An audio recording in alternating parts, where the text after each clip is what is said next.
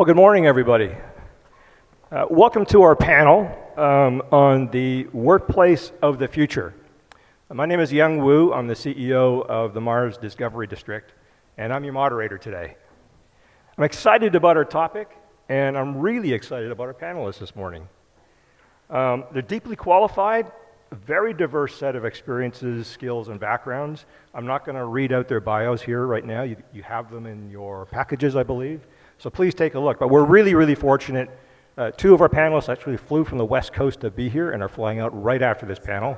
There you go. So we're really fortunate to have them with us today. So before I begin, I just wanted to take a quick straw poll of the audience, just to get things kicked off. You represent a lot of big organizations and policymakers and regulators in the room. So if I can have a show of hands, how many people believe that the organizations that you represent or the organizations that you are stakeholders of will see a 25% disruption in the roles and the jobs that are in your organizations over the next 10 years? Can I get a show of hands? Okay, a few. How many are ranking this at about a 50% disruption? One, two, maybe three? And how many, just to throw the number out there, 75%? One. The lone brave, very good. Well, I think the majority have it at about 25%. According to studies from McKinsey and PwC, the number could trend as high as 40 to 50%. So that's an interesting statistic. And remember, the question was not about turnover. The question was about changes in roles of jobs. I think that's a bit of the context for why we're interested in really talking about this topic, which is the workplace of the future. What does that look like? So as I was thinking about the topic this morning, I was reminded of the works of Charles Dickens. 1859, he said, look, it's the best of times, it's the worst of times. It's the age of wisdom, it's the age of foolishness. The epoch of beliefs and the epoch of incredulity. So we're living in a world where the prospect of massive disruption and transformation is more the rule than the exception. And we're all driven by ever accelerating rates of technological innovation and shortening product life cycles. So I see this every day. As a CEO of Mars, I walk into this campus with 6,000 people that come in and out of there every day. They're researchers, they're scientists, they're entrepreneurs, they're venture capitalists, and they literally are there to invent the future. So Charles Dickens may as well have written his Tale of Two Cities today, 160 years later in 2019, as far as I'm concerned. So let's get into the panel. You got some really interesting people up here. I'd encourage our panel to actually have a little bit of a cage match with each other if you disagree. I'd encourage the audience to get engaged as well. We'll give you some time at the end of this. But I want to start with Ian Siegel. Ian is an entrepreneur, co-founder, CEO of ZipRecruiter. A lot of people know what ZipRecruiter is. It's an AI platform that disrupts the online job marketplace. Already 1.5 million employers, already 500,000 job applications. So Ian has a degree in sociology and a successful career as a lead executive with several companies before jumping out to start up ZipRecruiter. So Ian, my question is, help us understand, how did you decide to make that leap to strike out on your own as an entrepreneur? Are there any lessons you can share about your journey that can guide our conversations around the workplace of the future that we're talking about today? Well, first, let me say delighted to be here. Thank you for having me. As far as where the idea for ZipRecruiter came from, I serially worked as an executive at internet companies that were too small to have an HR department that would do the recruiting for you. And so I was literally the person who was posting a job to Monster and Dice and Craigslist and LinkedIn, et cetera, et cetera. And every one of them had a different posting process, and every one of them had a different means by which I had to go collect the candidates, and it was so frustrating. And for years, I had the idea of the magic button you could push that would send your job to all sites, and then all of the candidates would come into one list. I finally built it out of frustration, which is how ZipRecruiter was born.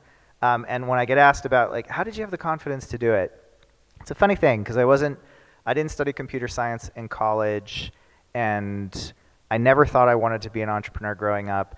I sort of found my way into tech before the big tech boom happened. And at the age of 22, through a sequence of events that would take too long to explain here, I found myself in charge of a 40-man engineering team as their VP. I had no previous management experience, no computer science degree, and no idea what I was doing. I felt like a fraud.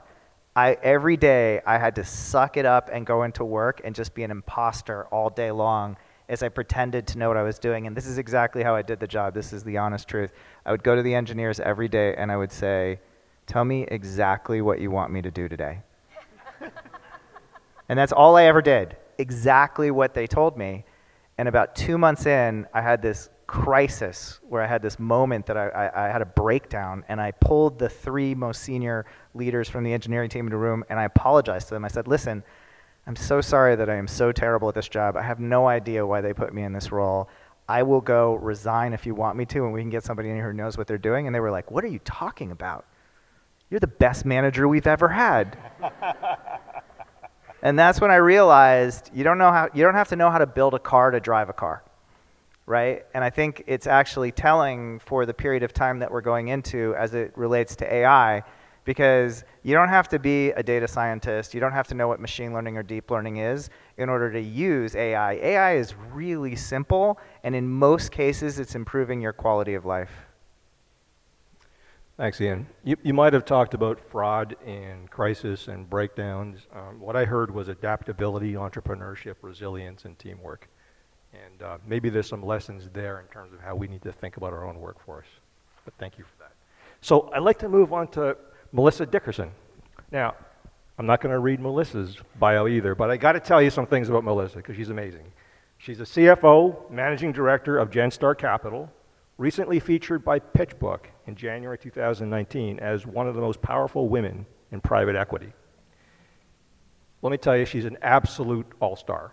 And it's an industry that has traditionally been dominated by men. So for her to be an all-star in this industry, she basically has to be a unicorn, because to survive and to actually win in a category that's been dominated by men, she's overseen growth in her annual assets under management from 200 million to 17 billion during her tenure.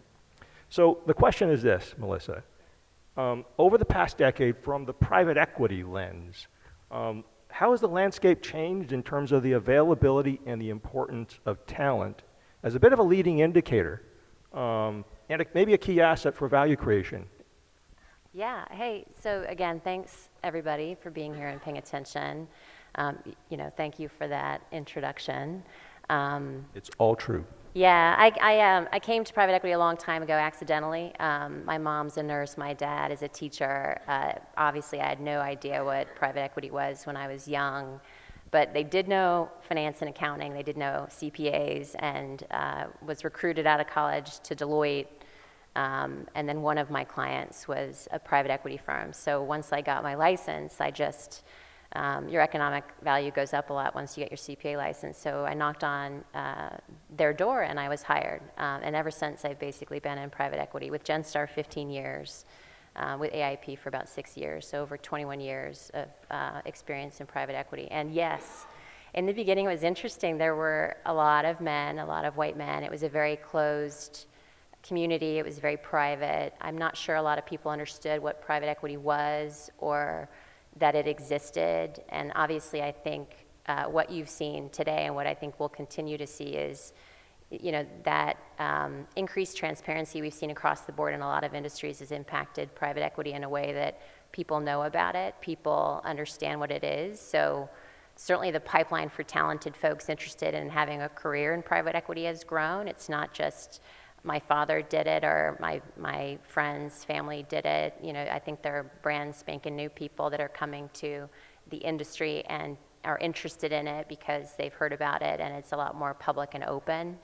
I've definitely seen a trend also toward a decrease in barriers to entry. I don't think anymore it's required, for example, to have an MBA to continue on to be a successful investor. I mean, investing is effectively predicting the future. And I don't know if anyone can say there's a certain skill set that's perfect for that. And so I think we've just learned over time that you can have talented, smart, hardworking people that come in a lot of different shapes and sizes. And that diversity, I think, is expanded what we're looking at to invest. And I just think demographics shapes that too. So for example, also target companies, they have customer sets that are going to be more diverse. So you might want leaders or people growing businesses that have more experience with multiple global cultural footprints, so that they appreciate some of the idiosyncrasies that all those different geographies bring. So again, you just see that increase in transparency, increase in diversity, lower barriers to entry, a lot more people coming into the asset class. We've just seen an influx of capital because, again, people have discovered private equity and understand the return profile. And then investors, again, are pushing us to be more conscious of environmental, social, and governance issues. ESG's definitely been a big push over the last 10 years, for sure. And I think we're just going to continue to see that growth in diversity, transparency, lower barriers to entry in the future. That's fantastic. I also heard in your talk, accidental collisions work. Financial literacy can underlie everything. An absolute trailblazer, diversity, inclusion, demographics, decreased barriers, these all drive actual returns as well. Yeah, and I mean, I'd have to just add to that the old-fashioned hard work, love of learning, passion for what you do, payoff. That's outstanding. I'm going to come back to predicting the future as well, because I think there's something in there that we can also learn about how do we predict it by inventing it too. But let's also move on to Andrada. Andrada, welcome. Thank you. Hi. Andrada Paraschiv, is that the right spelling? Yes. The right pronunciation? I know I totally screwed that up, didn't I? No. Okay. Don't worry about it. Andrada is the head of hospitality sector for Beekeeper. Now, if you don't know what Beekeeper is, it's a transformative platform. It is disruptive. It's a digital mobile platform company. It's focused on enabling employee collaboration and productivity. It does this through a connected digital experience. Now, before Andrada joined Beekeeper, she led communication strategy and engagement for the Accra Hotels and Fairmont Raffles luxury hotel and hospitality brands. So essentially, she used Beekeeper to transform and unify the work of 50,000 employees globally across these properties. The question is, Andrada, can you share with our audience the thrills, chills, and spills from that massive transformation journey to go to a digital-first environment? Like, how did you maintain that rarefied, personalized service level that needed to characterize your luxury hotel brands? Yeah, so this is a great question, Yang. Thank you. Before this, we were, talking to Yen and Melissa and saying that the pressure is on with the answer. So, I hope I will deliver on the answer for this question. But I will respond from my perspective, working for Fairmont and Accor Hotels and now with Beekeeper, and where I have the privilege to work with some of the biggest brands in hospitality globally. And so digital transformation, usually companies, when they say that, they think of making their processes more efficient or enhancing their guest experience. And pretty much all of them forget about the employees and going into this digital transformation for the employees as well. And one of the reasons they do that is because the ROI, the return on investment, is not as visible or obvious. If you invest in your employees' digital transformation, how that has an impact on the bottom line. It's a little bit more difficult to prove that. Whereas, if you make your process more efficient, that's clear. We're saving money. And the status today of the employees, you have the desktop employee, the one that works in the corporate office, and they have access to digital tools, right? They have a collaboration platform, they have an email, maybe Skype for business, but then you have the frontline employees, and this is 80% of their entire population. And by the way, this is not only hospitality specific. I would say this is a problem across many similar industries like manufacturing, construction, anything like that. So you have the frontline employees, and they are really your brand ambassadors. The guest when comes in, they don't meet the person sitting in corporate office, they meet your frontline employee. Right? So you want to represent your company the best way possible. But then they still function somewhat the way they were functioning, 30 years ago. They have bulletin boards, they have binders with papers like me right now, kind of, that's an example. What happens is that this digital transformation is a little bit unbalanced, right? You have a lot of investment in, we have to have this initiative, we'll plan it for 1 year, and now it's the moment to implement it. And what happens when you try to implement it is that you have to communicate this down to in the case of Fairmont, was 50,000 employees globally in 120 hotels. So what do? You send a long message detailing all of these, great things that you're going to do to your general managers. And then you hope that they are going to disseminate that exact same long message to everybody in their hotel. And then you also hope that your employees are going to actually be receptive and kind of catch that message and understand it the first time it's being delivered. And it's too many hopes in here for my liking. So I think what the best companies are trying to do is take this messaging, right, focus on really what's important, distill the message, because it's also hard to pass it on if it's not simple enough. People will just create different versions of it, and by the end it reaches the frontline employee, it really has a different meaning. And then try to use different angles, digitize it as well, right? Different angles could be face-to-face, cascading, but also you can control the message. If you have a digital tool, you can make sure that this exact message reaches your employees. And then why not have a personalized approach to each of your employees? I mean, we are doing personalized approaches. You mentioned Fairmont. Yeah, that's what we take pride in with our guests. Right? We know what they like, so we deliver that. For the employees too, I mean, that would be a great way for them to actually learn and make sure they are in the know and they can deliver these initiatives if you actually understand, what they know, what they don't know, and then you send, tips, reminders, any small bites of information that would make them more effective and your company better at the end of the day. That's fantastic, and I think what really came through to me in I think a very, very sort of nuanced reply, Andrada, was that this is hard, and the plan never resembles the actual reality on the ground, and you have to be able to react to that. But interesting how you commented that when you're dealing with your frontline employees at such scale, you need to treat your frontline employees like you treat your customers, because that talent is what fuels the entire process. And I think more and more there's more buy-in in the industry, at least in hospitality, that you have to treat your employees well, and then they will treat their guests well. Yeah, that came through really loud and clear. That's fantastic. Thank you, Andrada. Mm-hmm. So our last panelist, Neil. It's great to have you on our panel.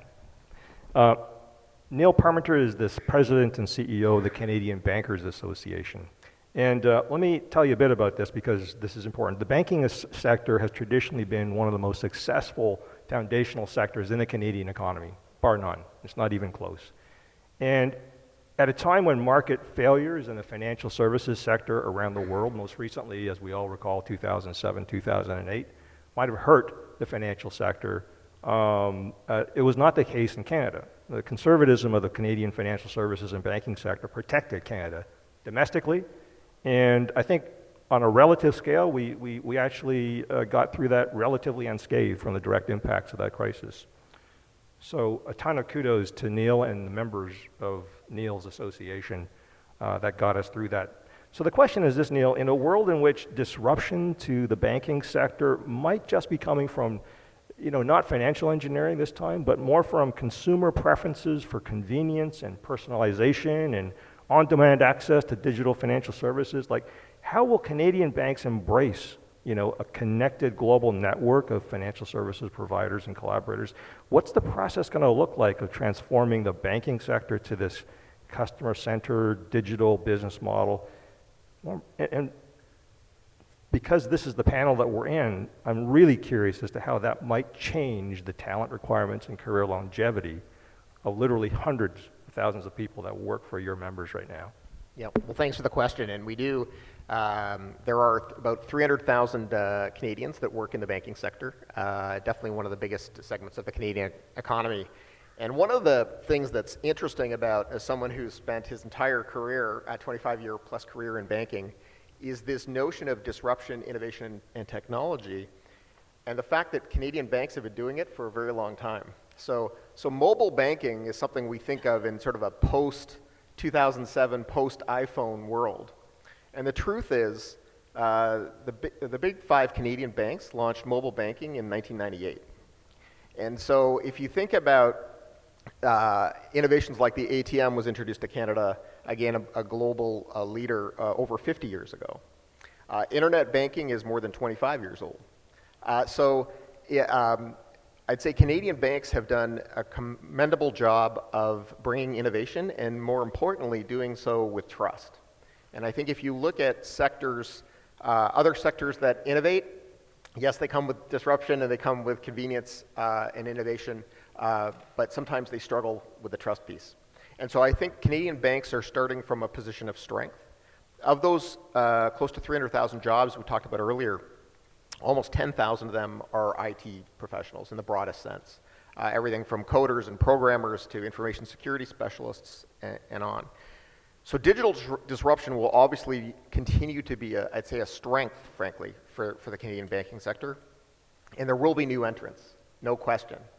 I think there are bright minds just a couple streets up that are studying these issues and continuing to invest. Canadian banks spend close to $28 billion a year on the digital portions of their business, both in terms of improving some of the processes we were talking about earlier, internal processes, and launching sort of the new digital capabilities for the banks.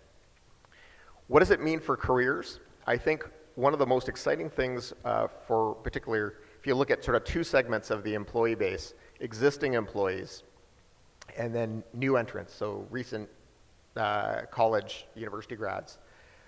There are enormous career opportunities at Canadian banks if you think about the types of roles, the size of those organizations, the types of roles that we have. And Canadian banks, when we talk about, I know we're going to talk about predicting the future in a minute, I'd say it's incredibly difficult to do that with great precision. But what it requires is a mentality to invest, to continue to innovate. And for many Canadian banks, they're retraining and re-educating their existing workforce to the tune of about 50% of the population, which is, when you think about it, a pretty impressive number at the scale of some of these banks we're talking about that have 70,000, 80,000 plus employees. And so that's all aimed to invest in areas where we know, with the advancement of AI, which will certainly impact our industry, things like judgment, things like leadership, things like talent development are always going to remain priorities for Canadian banks. And for people looking to acquire new skills, if you can look at those ones and complement them with some of the technical skills, I think there are going to be many, many career opportunities for people at Canadian banks.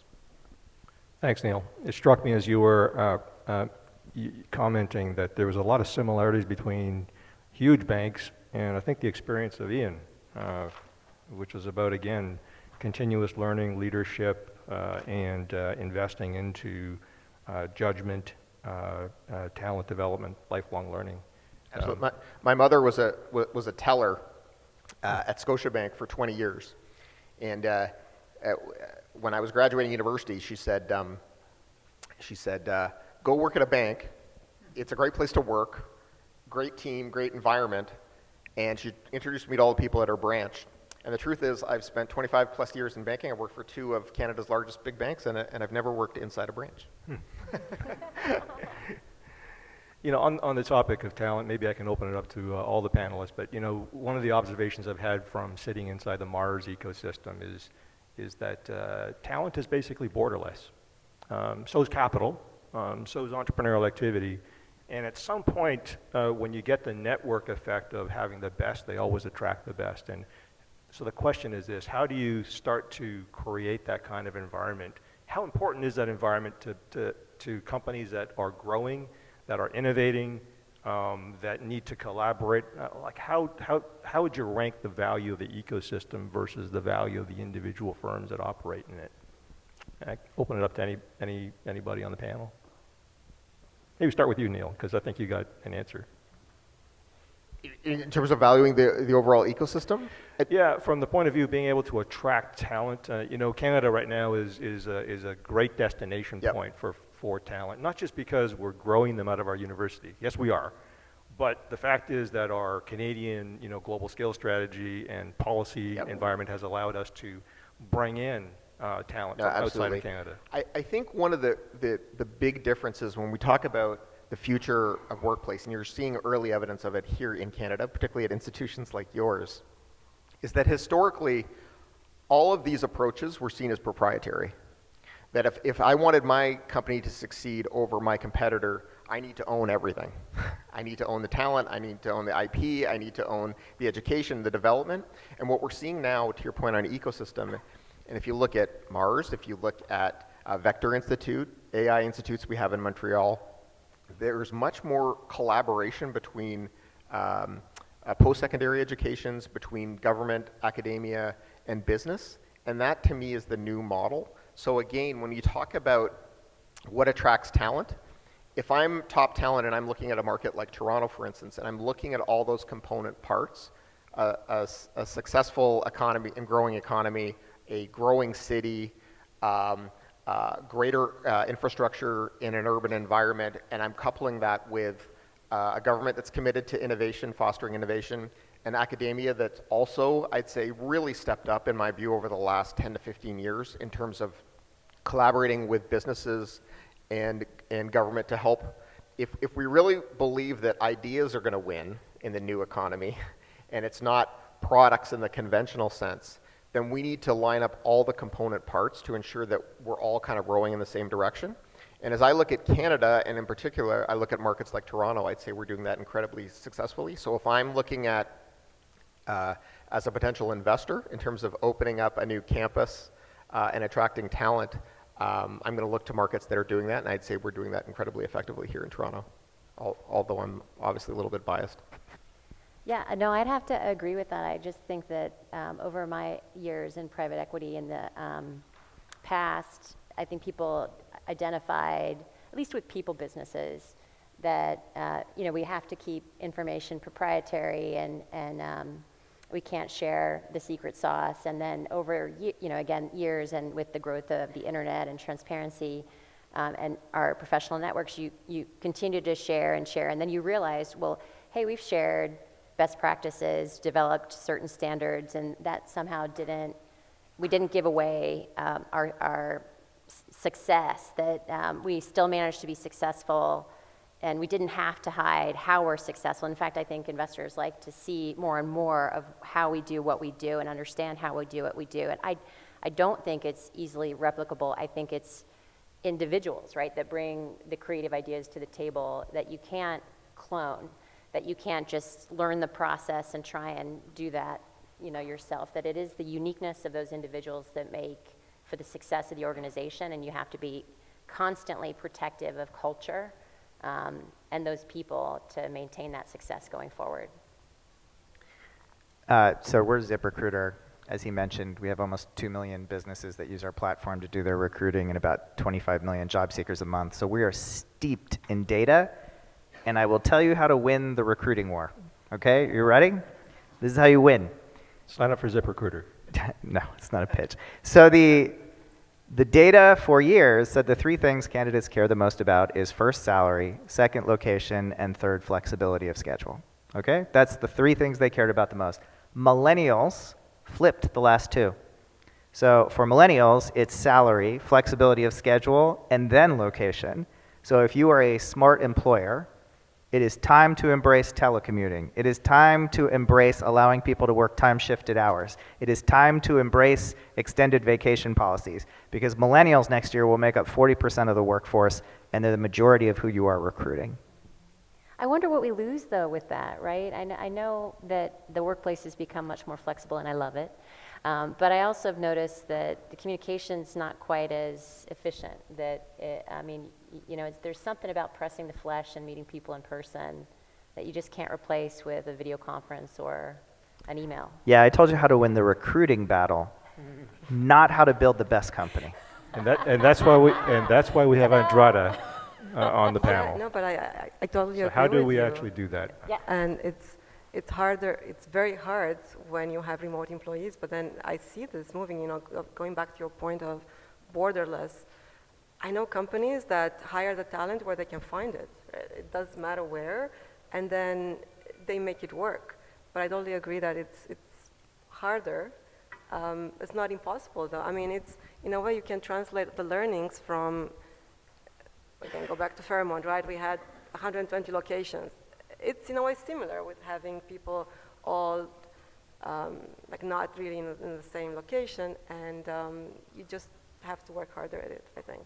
And digital communication, to me, it's a way to bridge this distance, but it has to be effective digital communication. Right? Do you see that there are going to be other forms of communication in the future? Because I love your application and your idea. I just feel like we're inundated with so much information that a challenge for us all in the future is how to prioritize what's coming in and read it and digest it. And I feel like sometimes people aren't very good anymore of really deep think and digesting information. And so I feel that part of what we're going to have to do in the future is, for our investors, for our customer bases, really have a strategy around communication. I'm sure in the past people have had marketing strategies too. It just feels that in the future it'll have to be much more thoughtful, tailored, more mediums, because there's just so much coming. I mean, there's fake news, there's everything, right? Like, how do you make sure your messages are getting to the right people, to the right, and that they're understood and clear. Yeah, so I think it goes back to what I briefly talked about earlier, and it's all, I think the responsibility is not on the employees, it's more on the company. Yeah. And then you really have to focus on a few simple messages and kind of, distill all the details that you have around it, and then make sure that you tell a story. People respond to stories more than just facts. They need to understand why this is important, how they fit in the whole picture, and why what they do is important. Right? And then repeat it. And in different ways, or different channels, like you're saying, different mediums. Yeah, and I think digital, face-to-face, could be a quiz, right? Could be just regular tips that they receive, could be, and just a peer group, like a focus group, discussing different things, getting them engaged. So it's really key, and it's not easy, because if it was, then everybody would do it, and then everybody would have 100% engagement, no turnover, it would be all great. Yeah, so storytelling, skill of the future. That would be my Perfect. This leads me to another question, actually, which is, it's a two-part question, really. If talent truly is the fuel that drives the innovation economy, that drives the idea economy, and clearly that's the thing that we're talking about here. So what are the policy perspectives and the regulatory implications that we need to take care of for really addressing that? Because there's an industrial innovation policy component to this, and whether you're in the United States or in Canada or in Israel or other places, there's starting to be a differentiation. We see global geoeconomic centers being rebuilt around innovation hubs,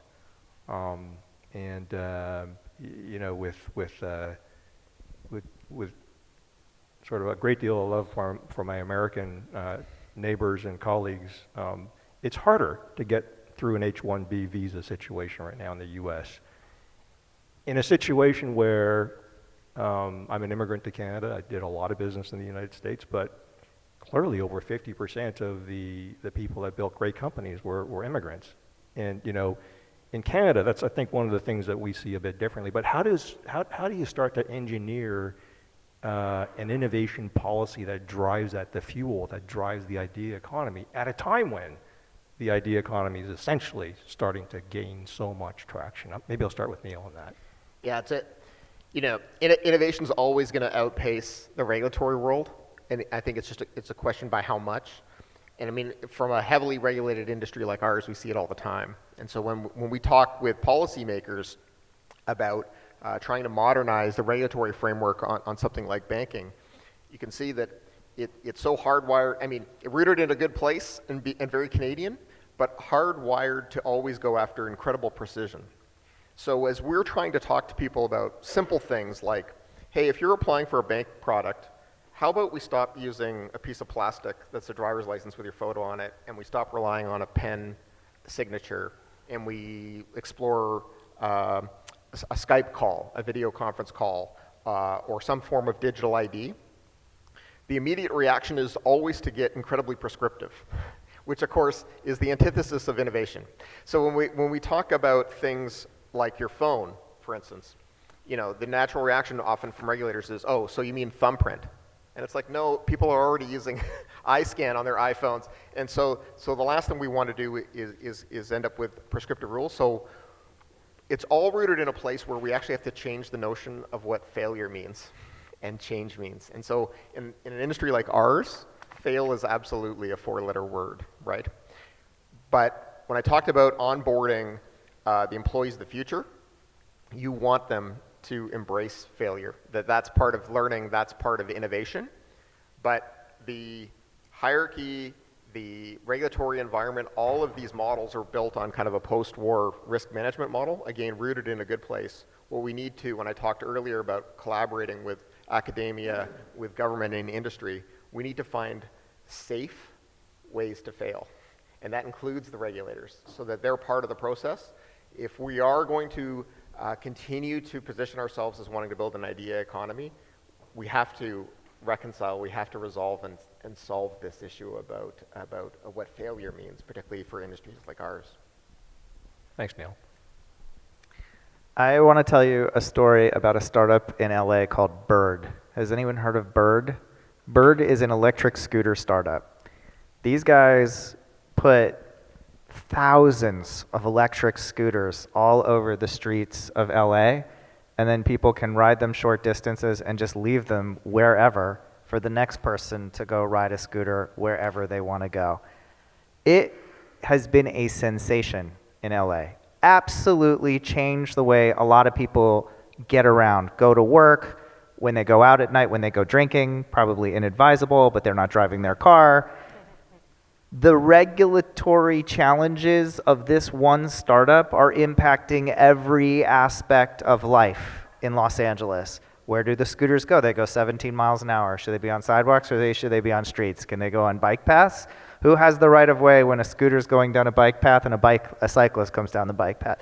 There are so many challenges with this. The idea that regulatory bodies are going to be able to participate in fostering an ecosystem just seems far-fetched to me. I would agree with my distinguished panelist's answer. I think it is, when I started building startups, I'm older than I look, but there was no AWS, which is Amazon's web services. So the first thing you had to do if you wanted to build a startup was go get $2 million. Why did you need $2 million? You needed that so that you could go get a server rack in some hosting facility so you could even start coding. That process took a minimum of 2 months. From signing the lease, to putting the rack in the cage, to putting the servers in there, to configuring the servers. Do you know how long that takes right now? 30 seconds. And about $10 through Amazon Web Services. That's how much it costs to get started. It is the easiest time it has ever been to launch a startup, whether you're trying to find a web hosting provider, a bookkeeper, a billing service. There is going to be an explosion of startups, the likes of which we have never seen, regardless of what happens with our H-1B policy, which is a very dangerous subject, so I'm going to just dance around it. But I'm going to say that as someone who has many H-1B employees in my company, I will say talent is borderless, as someone said here before, and definitely whoever gets the best talent wins. So I think the right incentive is in place through natural market forces to find a solution to the current logjam that is existing in bringing talent to whatever country. Melissa, any perspectives from? I guess the only thing I'd point out is that, I think that what we should be mindful of is just, I know we're talking very much about borderless and flexibility, but I think it's also important to try and remember the benefit that globalization has to local communities, that you have to try and make that connection clear to everybody, and maybe be thoughtful about that, because I do think that some of the tension around the growing pains of globalization is that maybe some people just don't feel that my local community has benefited from this globalization that's happening, because maybe the benefits to globalization are going to a different country or different region, and that's just not helping me. So just, I don't know how to thread that needle, but it's how do we think about and make sure that people do benefit from the globalization that we see in the world, and not just big corporations or the coasts, at least in the U.S., but everywhere, and that it is in our country's best interest, in our human race's best interest, to continue to evolve and grow. So that would just be, again, something I don't have an answer to, but to be thinking about. And for me, I would just Yes. bring up the labor laws in the U.S. especially. I mean, some of them are so outdated that, for instance, airlines, they function using their railway legal system. There are no laws governing the airlines. And then some of them have so much complexity across federal and state, different states. So if you really function as a national company, it's really hard to be compliant everywhere. This is what I see working with our customers, and definitely some of these laws go against this digital transformation for the employees. Well, let's keep on going with the talent discussion a little bit. The other way to, I love what Ian said, which is, she or he who owns the most talent actually has the best shot at winning in a talent-fueled sort of economy. The other source of talent really is the diversity quotient. And I'd love to explore what you think about how to unlock the value that might be on the sidelines. And maybe we start with you, Melissa. I mean, you had to win in a male-dominated space, and you've proven that that is driving tremendous value to your firm. Yeah. So how do we make that institutionalized? How do we get much more of that? How do we untap a lot of the value of that talent that currently is right there? I'm not going to pretend that I have the answers. I don't. I think you can stand still and diversity is going to hit you anyway. I think demographics are pushing us in that direction. Your customer bases, your populations are going to be more diverse, and that's just going to continue to grow over time. So if you're a company, you're going to have to face those realities, not just in your staff and team, but your customers. And to survive, you're going to have to address all of that. I think part of what, if on your boots on the ground in your hiring committee, you have to think about doing is just to be comfortable with conflict. That if you're in your hiring committee, that you're the one maybe who's the first mover and says, hey, we should be looking at candidates that maybe don't look like us, that are a little bit more diverse of not just race and gender, but education and backgrounds and experiences, that can enrich us and bring more to the table. And again, that might bring conflict, but I've always found over time, and I suppose this is why I've been successful in private equity, again, Irish family, I'm the youngest of 4 girls, that a little conflict is something you survive. And if you can get to the other side, your relationships are that much stronger. So I'm not scared of conflict or saying I messed up, which is also probably another strength of mine. So those would just be a few things that I'd point to as trends, as themes, as things that we're conscious of. I think also, we've talked about transparency, and that has opened the door for folks to consider at least private equity as a career model, but we found that you do need to build the pipeline and be thoughtful of trying to get to teenagers in high school. We just actually had a big group from Scholars for Educational Opportunity in the Genstar offices, lots of different kids from lots of different walks of life, understanding what this means to be an investor. What does it mean to walk that walk? Because again, I had no clue. I think more people have a clue now, but I still think there's probably a few people that don't. So just to, again, color the lines for those guys to open up their eyes to these are your options and opportunities and possibilities. And again, all of that investment, as long as you find someone who has passion, who's loves to learn, who is hardworking, those people will be successful no matter what they choose to do. Yeah, I think that's a really interesting answer because it starts to get at a lot of the conventional wisdom, may not be actual wisdom. And in the private equity space, you actually have the opportunity to prove something, which is that, in fact, diversity does drive value creation. Yeah, because I hate that we don't want to lower the bar phrase. It drives me Exactly. bananas because, like, what is the bar and how does it get lowered? It's like, let's just blow up all of that because I don't know if, again, it's predicting the future. Who is good at that? It really takes a lot of talent and skill and passion and pattern recognition.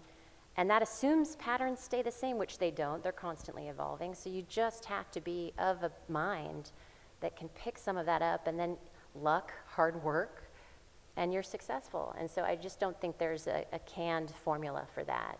So there is no lowering the bar. I just feel like there's shots on goal, and you just have to continue to make them.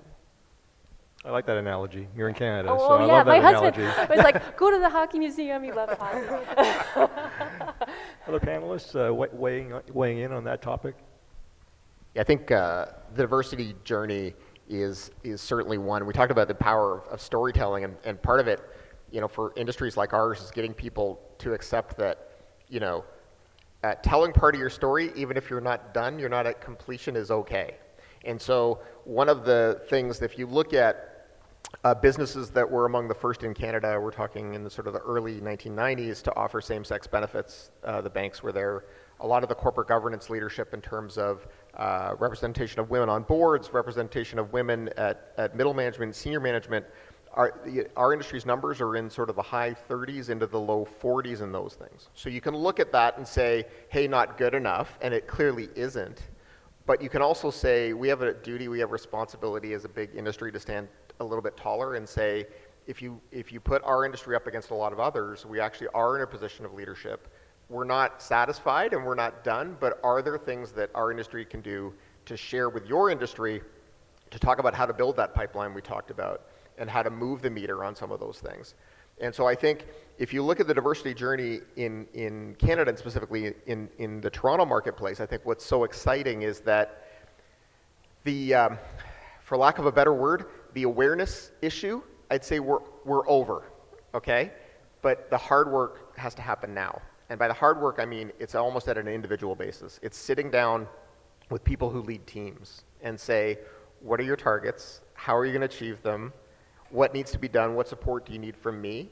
And have more meaningful conversations. I'd love to see corporate Canada have better conversations, and I think our industry does. Again, a little biased, but we do stand a little bit taller relative to some of our other industries, and we have expertise we can share, both from a HR talent management perspective, but also from a board leadership and a board chairship perspective. And so I think we're on the cusp of really kind of cracking this nut. We're fortunate in a market like Toronto, where we are, just by our nature of the city, more diverse than some other jurisdictions.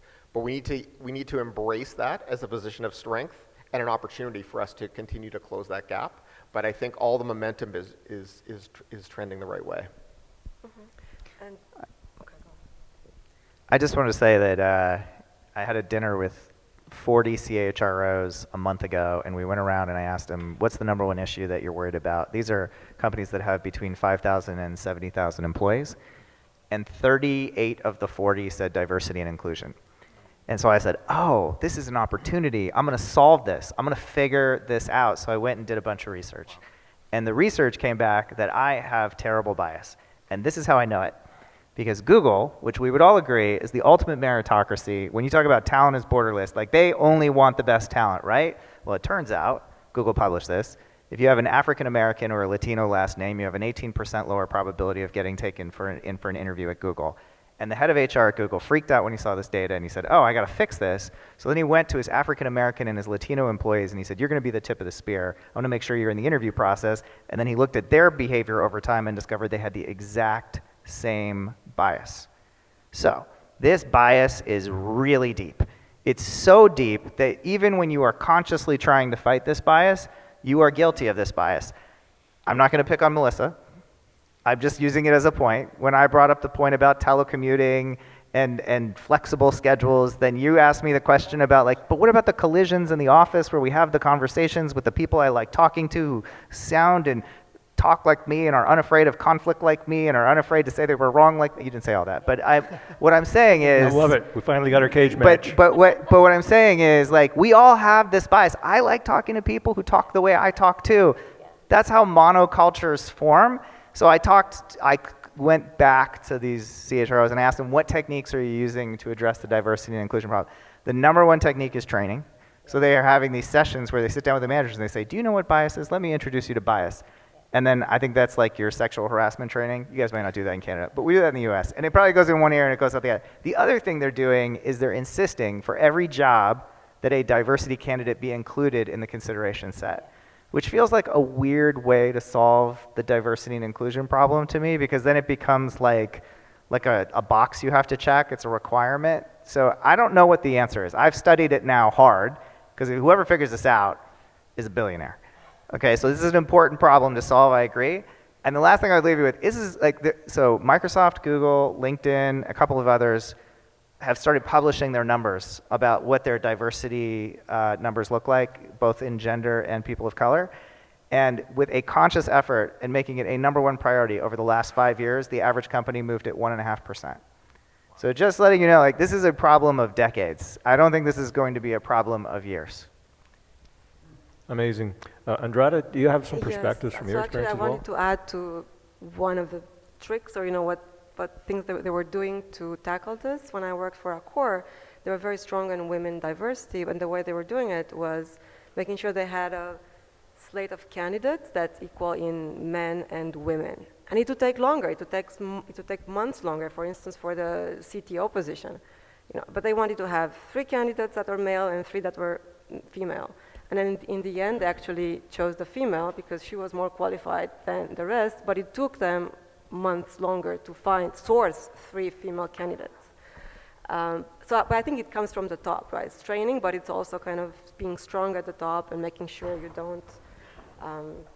don't give in. Well, and I would disagree, since we're doing our cage fight, that that I don't think it's going to take 10 years to solve the problem. Because why are we talking about diversity now? Like, why now?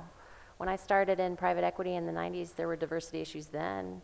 We had sexual harassment issues in the past. Why is this gaining traction now? And I think you see part of it is that bad behaviors and biased behaviors don't stay hidden, that you have the data, you collect it, you publish it, it's fast, everybody understands and knows it and works to address the issues.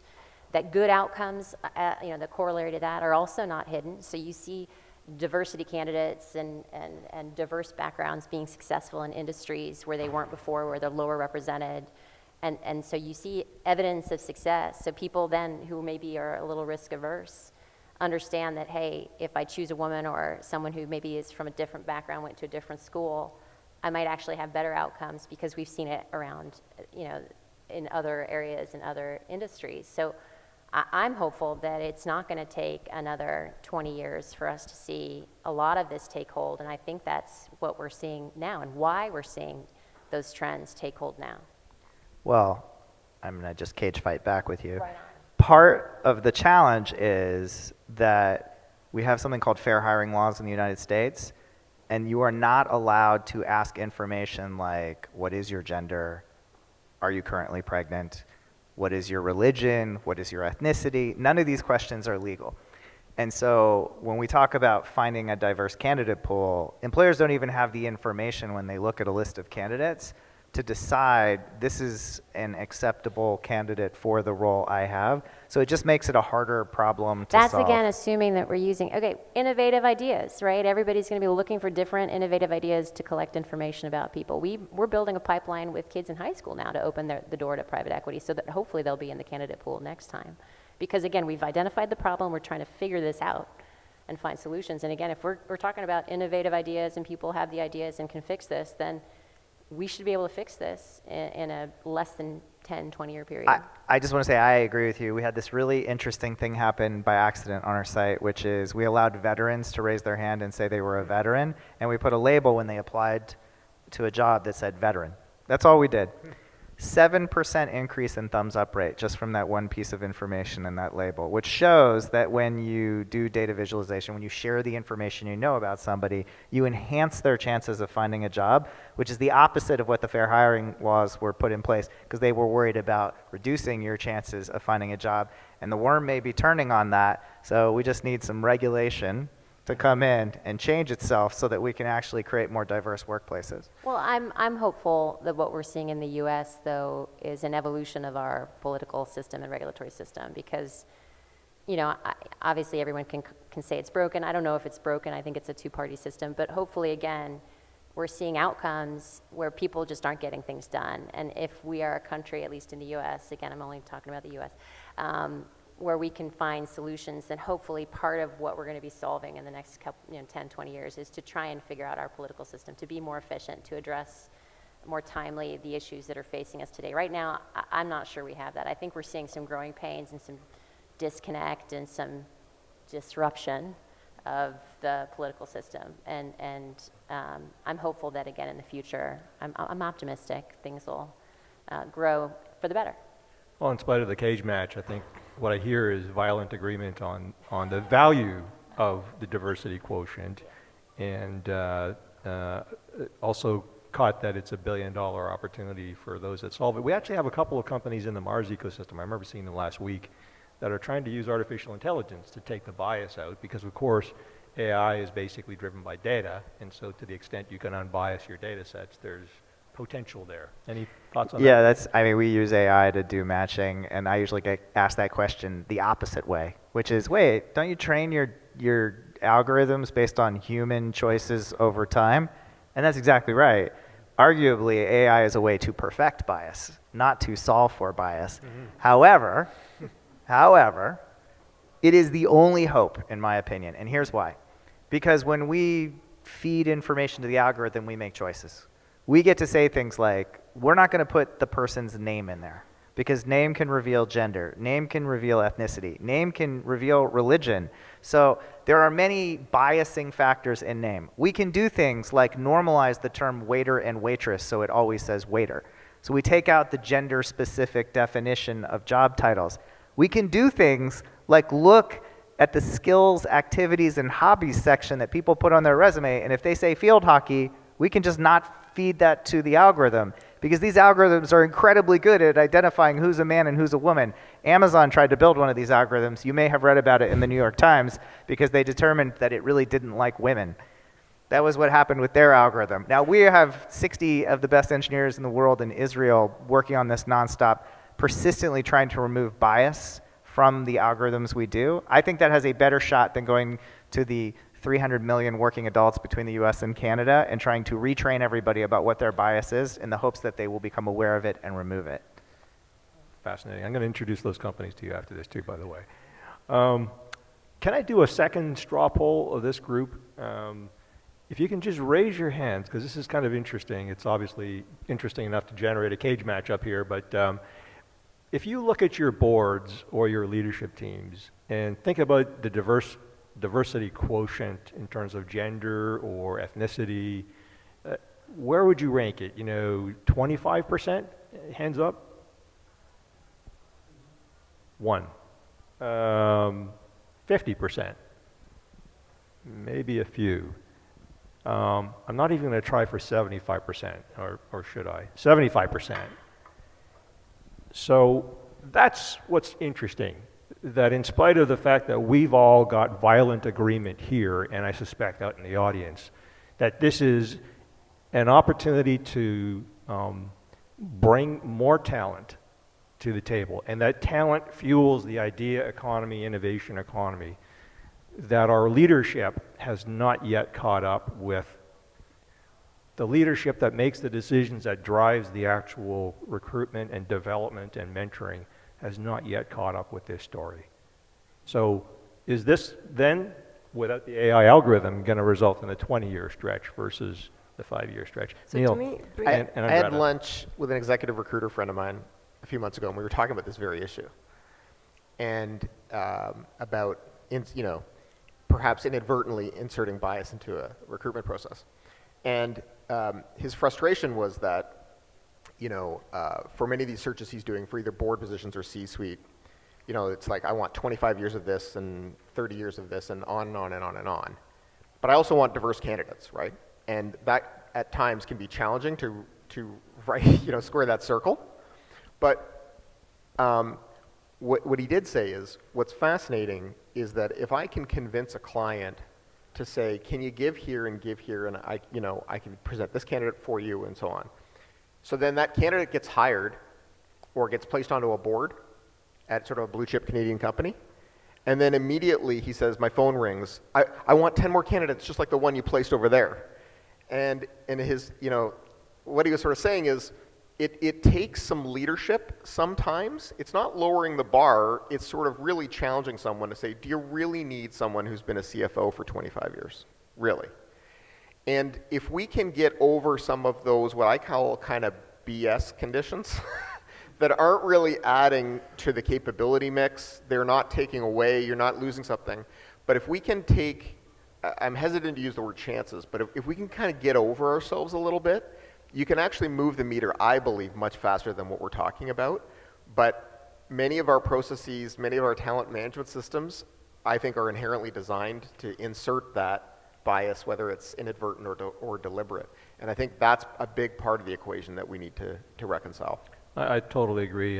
Not that I'm a panelist, but I spent my life building my own companies as well, fighting tooth and nail just to keep my team from being poached by the Valley and Boston and New York. And I don't know how you win in an economy that we have today by leaving half of your talent on the sidelines. I just don't know. Absolutely. And somehow that has to get into the water across boardrooms and across leadership teams, because we're not going to win against countries' geopolitical centers that are really like, this is a non-issue for several countries. Well, I mean, I'd just point out too that I'm Generation X, and what you're talking about leadership now is pretty much my generation. We're the small generation, and then you have millennials and others behind us that are, again, much more diverse, and you're going to see that change, I think, over time. I just think, unfortunately, we were the generation that kind of straddled.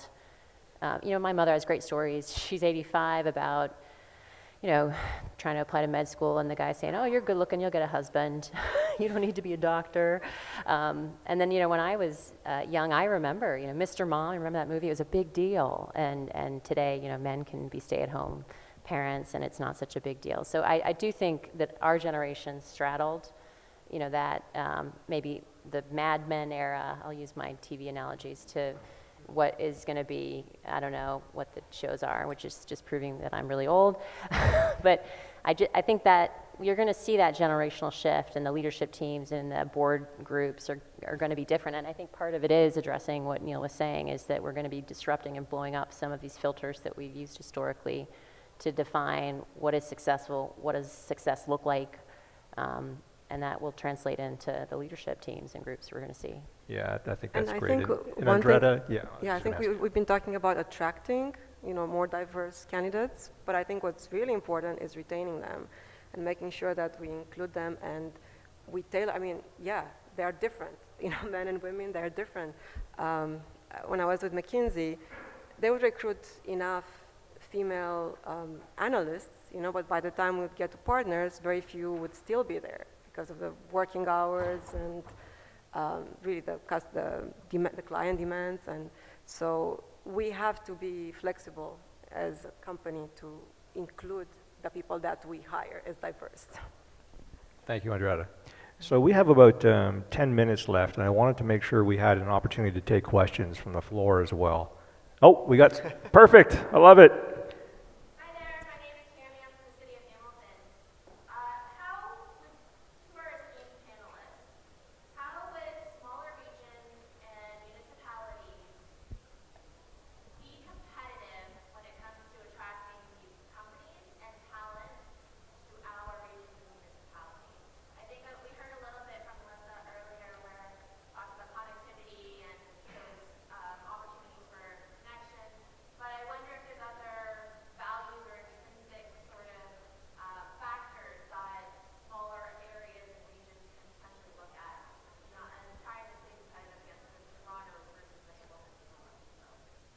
Thank you for the question. Any perspectives to, Neil? Well, I believe, I use the terms work-life balance less and more quality of life, because I think we all define that differently, and we all have different tolerances for how and I'd argue our work lives and our personal lives are probably more blended than they've ever been. I know mine is, and I'm comfortable with that. But what I am focused on is quality of life. So when I look at quality of life, I look at things like infrastructure and schools and access to greenland and parks and transportation, and then the usual restaurants, all of those pieces. And so to me, if you can offer, in effect, a lifestyle for people as a potential employer and investor, those are the things that are beyond the obvious in terms of connectivity and telecommunications and all these sorts of things. I think that's what they're looking for when they look to speak to their employees about how they're going to recognize that they have lives outside of the office. Maybe I can also weigh in on that topic. What I see is that I live in an entrepreneurial community, obviously. That's kind of what I live, breathe, eat, drink, and wake up to and go to sleep at every night. I think that Darwin's laws of natural selection work perfectly for entrepreneurs. The thing we do that suboptimizes innovation and ideas and high growth companies is we play the zero-sum game. We say it's Toronto versus Hamilton. We say it's, everything that's done in Toronto stays in Toronto. That's BS, to coin a term from one of my panelist friends here. Because yes, Toronto can be a destination point for FDI and capital, but the fact is that so many entrepreneurs don't succeed, many because they shouldn't, quite honestly, but those that do, they're rare, and we have to find a way to support them. And so, to me, it's not a zero-sum game as much as it is unlocking the resources and finding the complements between these areas. If we found, medical sciences in Hamilton is an amazing area. If we found the next digital health opportunity there, I'm all over it. Why? Because it is so hard to actually create great companies that we have to honor the process of having found them and actually unlock the resources to make it happen. It can't be a zero-sum game. Other questions from the floor? Yes, sir. So, Jan, on that point, on Darwin's theory of natural selection, we've been waiting for that for a long time. And we have a solved problem. We still have racism, ageism, demographics issues, markets, and health issues, and we've been trying to help business and corporations.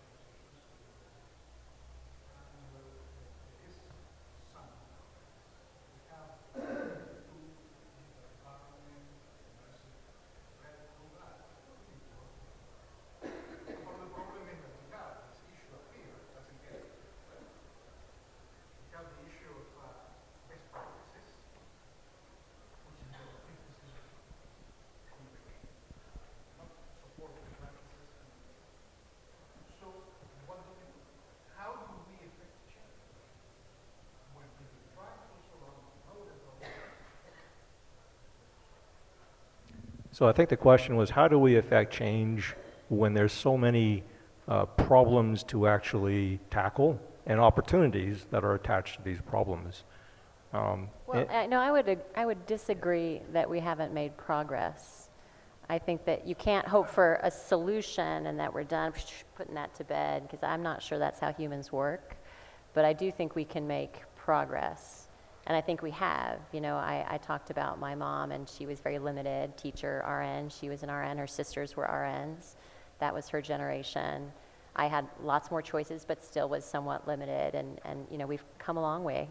So I do think that we've addressed and found some things that work, but it is inherent upon us to continue to change. I hear your question around innovation versus just the more corporate or structural, more formulaic versus more free and innovative thinking. And there's always going to be that tension. There always is. And you're just going to have to live with it, right? You're going to have to probably choose to follow best practices from time to time, and then maybe jump out of that box and think out of the box from time to time too. I think we were talking a lot about filters with respect to hiring, and maybe we're blowing some of those up, I don't know, but I think that's, again, this evolution that we're seeing happening over time, and we're making progress and we'll continue to make progress.